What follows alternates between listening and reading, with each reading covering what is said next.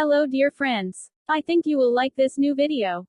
I will continue to be here, with brand new videos. Best regards.